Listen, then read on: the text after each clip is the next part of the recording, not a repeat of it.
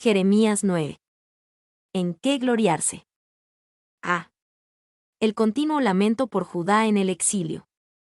1:1-2. No hay suficientes lágrimas.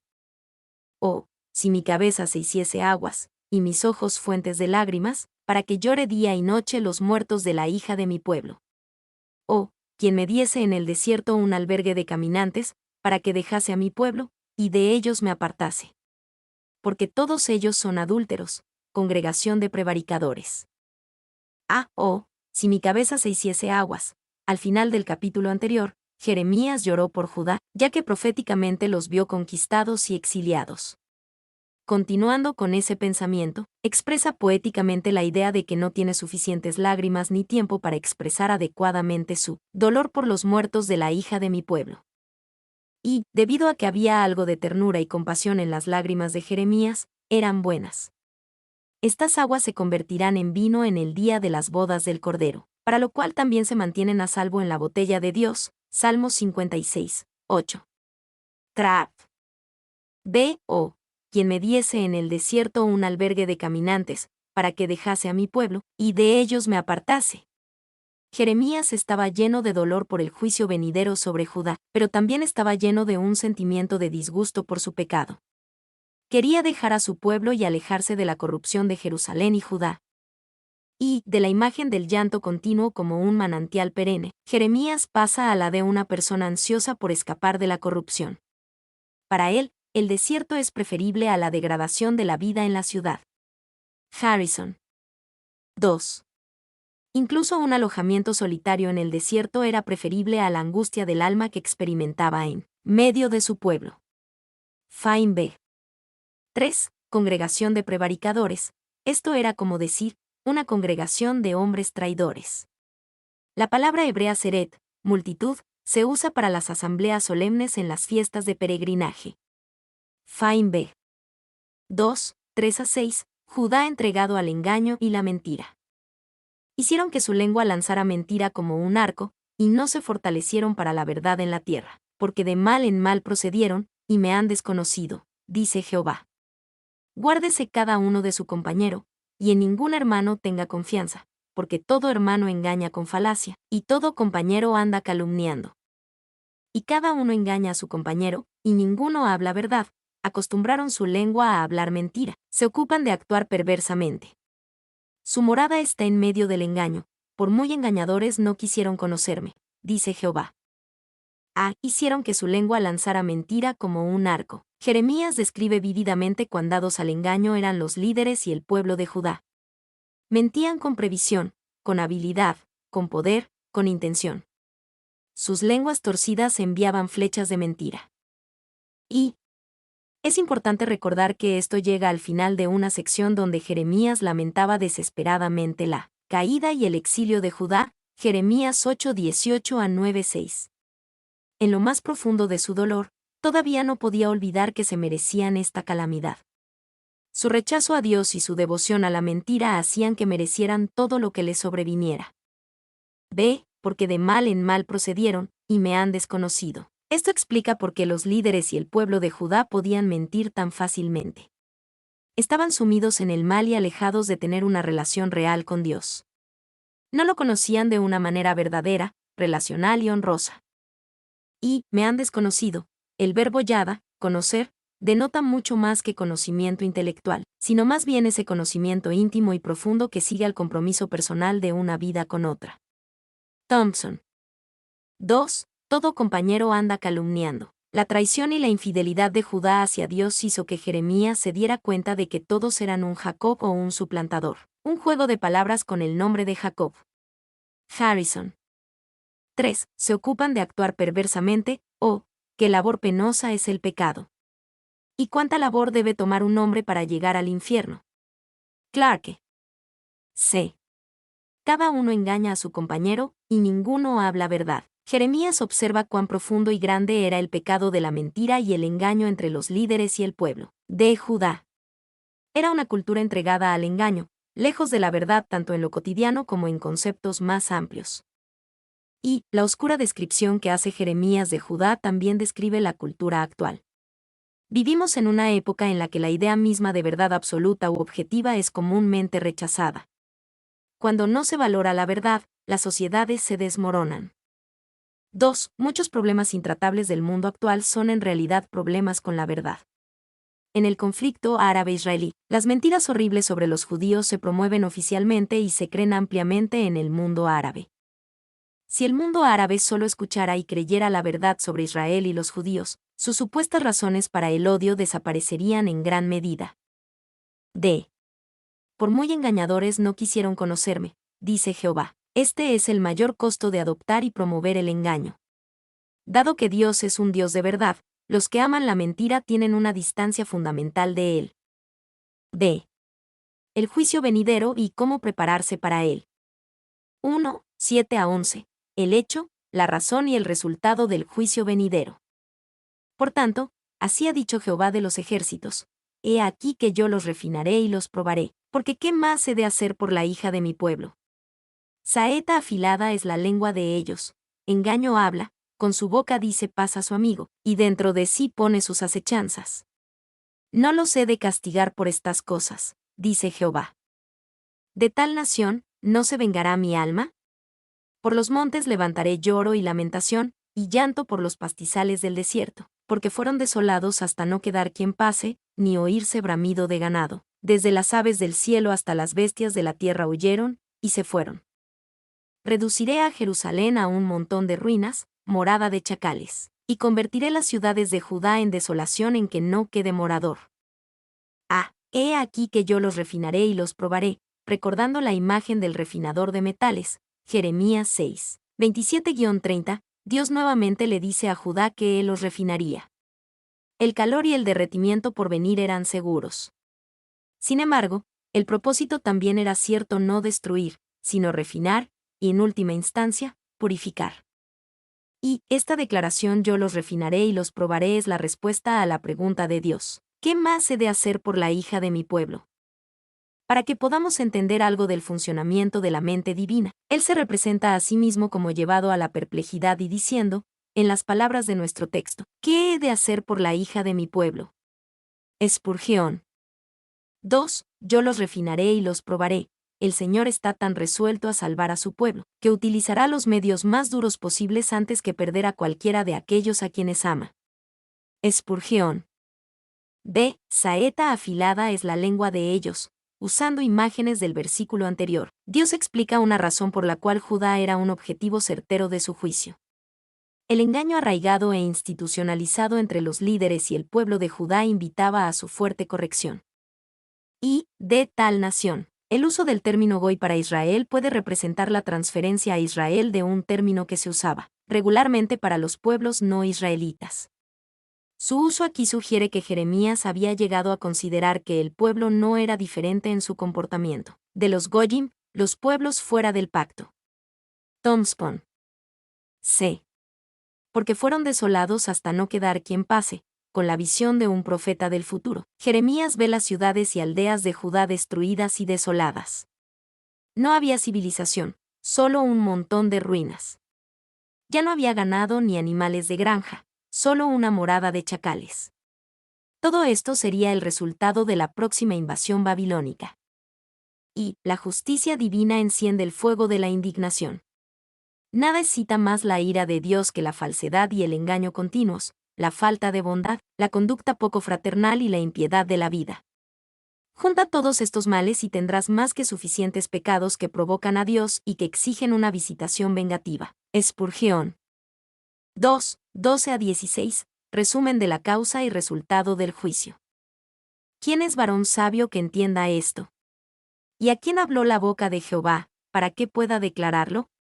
¿Por qué causa la tierra ha perecido, ha sido asolada como desierto, hasta no haber quien pase? Dijo Jehová: porque dejaron mi ley, la cual di delante de ellos, y no obedecieron a mi voz, ni caminaron conforme a ella, antes se fueron tras la imaginación de su corazón, y en pos de los Baales, según les enseñaron sus padres. Por tanto, así ha dicho Jehová de los ejércitos, Dios de Israel: he aquí que a este pueblo yo les daré a comer ajenjo, y les daré a beber aguas de hiel. Y los esparciré entre naciones que ni ellos ni sus padres conocieron, y enviaré espada en pos de ellos, hasta que los acabe. Porque dejaron mi ley, no obedecieron a mi voz, ni caminaron conforme a ella. Dios le dijo a Israel en su palabra lo que debían creer y cómo debían vivir. Sin embargo, los líderes y el pueblo de Judá rechazaron su palabra y desatendieron la ley de Dios. Antes se fueron tras la imaginación de su corazón, y en pos de los Baales. Al rechazar la palabra y la guía de Dios, Judá no dejó de creer y de servir en algo. En cambio, elevaron su corazón al lugar de Dios en su vida y sirvieron a los dioses paganos de la cultura circundante, los Baales. Y, se podría decir que Dios nos diseñó para ser seres obedientes y adoradores. Si esos instintos de adoración y obediencia no se dirigen hacia el Dios vivo y su palabra, se dirigirán a otra parte. En el caso de Judá, estaban dirigidos hacia dioses propios y culturales. 2. Harrison comenta sobre la adoración a Baal. Este culto lascivo y orgiástico había resultado atractivo para muchas generaciones de israelitas. 3. De la lectura de los textos religiosos y legendarios de Ugarit se desprende claramente que muchas de las prácticas de culto asociadas con Baal y el culto a la fertilidad estaban fuertemente orientadas hacia la actividad sexual. Thompson. C. He aquí que a este pueblo yo les daré a comer ajenjo, y les daré a beber aguas de hiel. Y los esparciré entre naciones que ni ellos ni sus padres conocieron. Dios no ignoraría la desobediencia y la idolatría de Judá. Promete responder con amargo juicio y exilio. 3, 17-21, llamado a las plañideras. Así dice Jehová de los ejércitos: considerad, y llamad plañideras que vengan, buscad a las hábiles en su oficio, y dense prisa, y levanten llanto por nosotros, y desháganse nuestros ojos en lágrimas, y nuestros párpados se destilen en aguas. Porque de Sión fue oída voz de endecha. Como hemos sido destruidos. En gran manera hemos sido avergonzados, porque abandonamos la tierra, porque han destruido nuestras moradas. Oíd, pues, oh mujeres, palabra de Jehová, y vuestro oído reciba la palabra de su boca. Enseñad endechas a vuestras hijas, y lamentación cada una a su amiga. Porque la muerte ha subido por nuestras ventanas, ha entrado en nuestros palacios, para exterminar a los niños de las calles, a los jóvenes de las plazas. Considerad, y llamad plañideras. Mientras pensaba en la gran calamidad que vendría sobre la desobediente e idólatra Judá, Jeremías proféticamente hace algo lógico. Pide a las plañideras que estén listas para hacer su trabajo, porque habría mucho llanto que hacer. Y las plañideras eran profesionales contratadas para suscitar a familiares y otras personas en los funerales a mostrar su dolor. Usaban gritos quejumbrosos, desnudaban sus pechos, agitaban los brazos, arrojaban polvo sobre sus cabezas y despeinaban su cabello. 2 Crónicas 35 horas y 25 minutos. Eclesiastés 12:5. Amós 5:16. Mateo 9:23. Fine B. 2. Pero no se trata simplemente de que los dolientes profesionales sean llamados a cantar su canto fúnebre y su lamento. Deben enseñar su trágico estribillo a sus hijas y amigos, porque los días serán lo suficientemente trágicos como para exigir una multitud de plañideras. Thompson. En gran manera hemos sido avergonzados, porque abandonamos la tierra, porque han destruido nuestras moradas. Esta fue la lúgubre queja de los afortunados que sobrevivieron a los terrores de la invasión babilónica. Lo perderían todo y serían llevados como refugiados forzados a otra tierra. C. Porque la muerte ha subido por nuestras ventanas, ha entrado en nuestros palacios. No todos serían tan afortunados como para enfrentar el exilio. Muchos morirían con la invasión de los babilonios, incluidos niños y jóvenes. Y Jeremías personificó de alguna manera la muerte en estos versículos. 4, 22, una descripción vívida del juicio. Habla, así ha dicho Jehová: los cuerpos de los hombres muertos caerán como estiércol sobre la faz del campo, y como manojo tras el segador, que no hay quien lo recoja. El conocimiento de Dios es la gloria del hombre. Los cuerpos de los hombres muertos caerán como estiércol sobre la faz del campo, y como manojo tras el segador. Jeremías piensa en los muertos por los invasores babilonios, y cómo sus cadáveres yacían en los campos de batalla y destrucción como manojo tras el segador. Y la costumbre era que un segador sostuviera en su brazo lo que unos pocos golpes de su hoz habían cortado. Luego lo dejaba, y detrás de él otro trabajador lo juntaba en bultos y lo ataba en un fajo. Así la muerte cubriría el suelo de cadáveres. Pero los cadáveres yacerían allí sin enterrar debido a la escasez de sobrevivientes y la gran cantidad de muertos. Fain B. B. No hay quien lo recoja. Esta era una doble vergüenza. Para la mente del hebreo antiguo, la muerte era mala, pero la profanación del cadáver por no cuidar y enterrar el cadáver era una especie de doble muerte. 5. 23 a 24. ¿Cómo prepararse para la calamidad venidera? Un verdadero conocimiento de Dios. Así dijo Jehová: no se alabe el sabio en su sabiduría, ni en su valentía se alabe el valiente, ni el rico se alabe en sus riquezas. Más alábese en esto el que se hubiere de alabar, en entenderme y conocerme, que yo soy Jehová, que hago misericordia, juicio y justicia en la tierra, porque estas cosas quiero, dice Jehová. No se alabe el sabio en su sabiduría, hablando en nombre de Yahvé. Jeremías describe las cosas en las que los hombres normalmente se alaban: sabiduría, valentía, riquezas. Quizás para una era moderna, Jeremías habría agregado fama como una cuarta cosa en la que los hombres se alaban por naturaleza. Y alabar algo es celebrarlo y proclamarlo como la fuente de la felicidad y la satisfacción de uno. Pensamos en un atleta campeón que se enorgullece del trofeo que acaba de ganar. Mientras sostienen el trofeo en alto, proclaman a través de sus acciones, palabras, expresiones faciales: todo este era mi objetivo, esta es mi satisfacción, mi felicidad, y lo celebro ahora.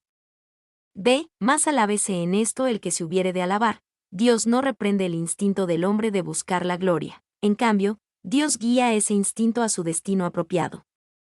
El problema del hombre no es que anhele alabarse en algo. El problema es que generalmente se alaba de las cosas incorrectas, lo que lo lleva a su propio daño, al daño de los demás, y lo que es más grave, a ofender a su Creador.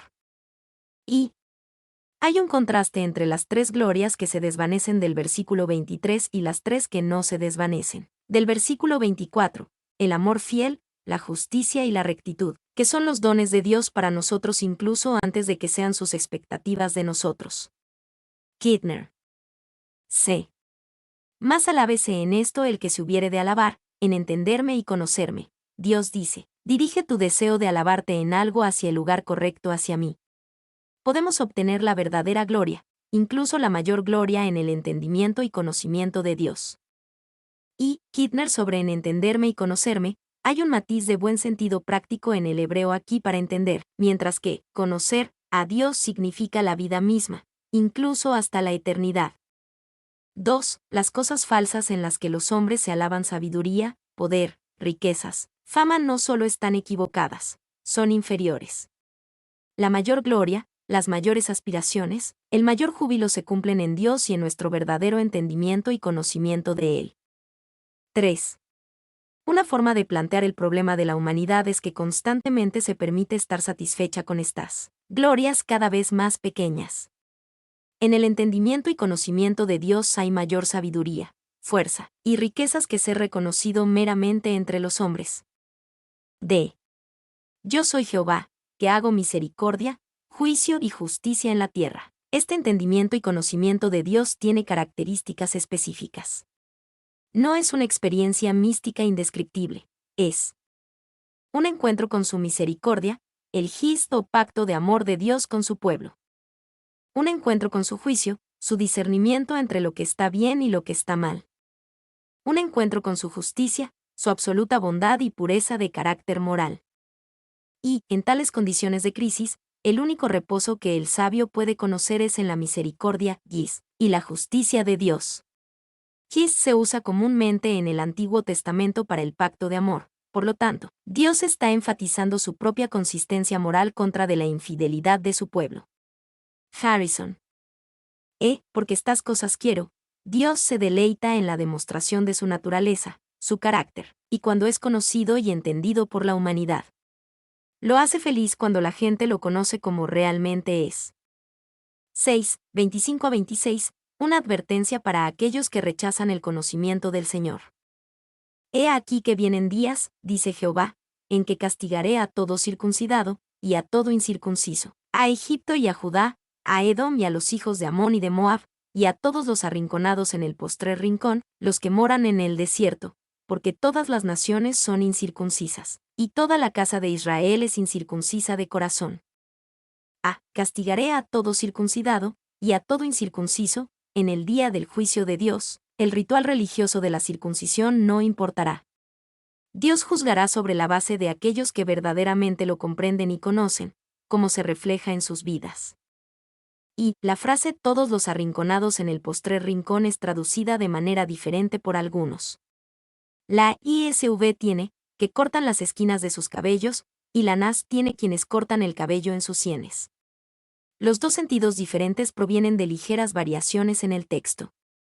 2. Cortar el cabello de las sienes. CF Jeremías 49 horas y 32 minutos. Estaba prohibido en la ley, Levítico 19:27, y la referencia aquí puede ser a ciertas tribus árabes que hacían esto para honrar a Bacó, Heródoto 3. 18. Harrison. 3. Las primeras representaciones, así como todas las versiones antiguas, ven aquí una referencia a un cierto estilo de cabello. El hebreo puede traducirse recortado en las esquinas, CF Jeremías 25 horas y 23 minutos, 49 horas y 32 minutos. Algunas tribus árabes practicaban este corte de pelo de sus templos en honor a Bacó, el dios del vino. Fain B. Porque todas las naciones son incircuncisas, y toda la casa de Israel es incircuncisa de corazón. El pueblo del pacto de Dios puede haber realizado el ritual de la circuncisión, pero hablando espiritualmente eran exactamente como las naciones incircuncisas. Y ves que Judá está encajonado entre Egipto y Edom. Los que eran el pueblo de Dios son puestos en la misma categoría que la nación maldita, porque lo habían abandonado y se habían mezclado con ellos. Spurgeon. Mi nombre es Demim. Soy tu asistente personal. Mi sitio en internet es demim.es.tl.